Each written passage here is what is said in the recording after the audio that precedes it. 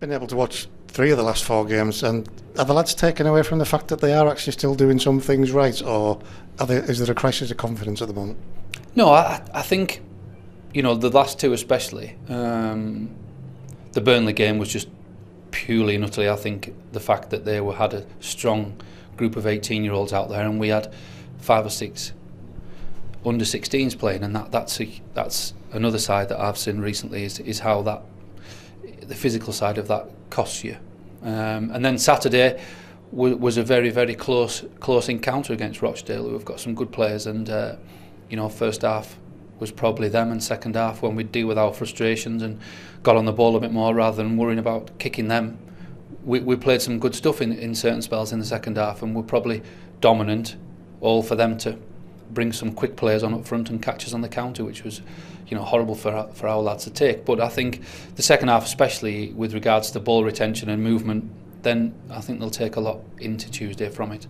What do you say to them, just finally from me, Darren, ahead of tomorrow's game? Do they get out and enjoy it, or let's be professional about it?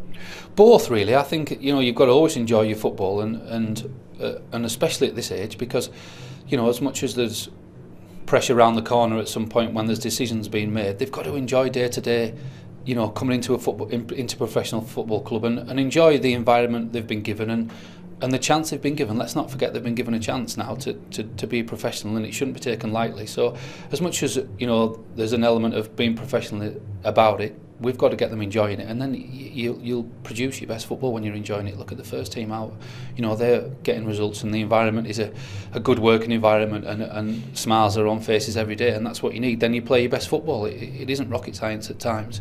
So yes, they've got to go and do a job tomorrow evening, but they've got to, I think, deal with the nerves that will be around them Tuesday night. It'll be the difficult one, is how they cope with that. There's no pressure really on FC Manchester, because they're probably the underdogs and the non-professional team, and we've got to come and win comfortably by, everybody will be thinking. But it doesn't work that way, does it? And all levels there are results that perhaps on paper shouldn't be, but we've got to be determined and gritty, because we've got some injuries to key players still, and that'll make it difficult. But if the lads that are selected, if they follow the structure and follow the pattern and do what they can do in training, that's the difficult thing, is that emotional side again, I said, of having the bottle just to keep getting on the ball when you're feeling down about yourself.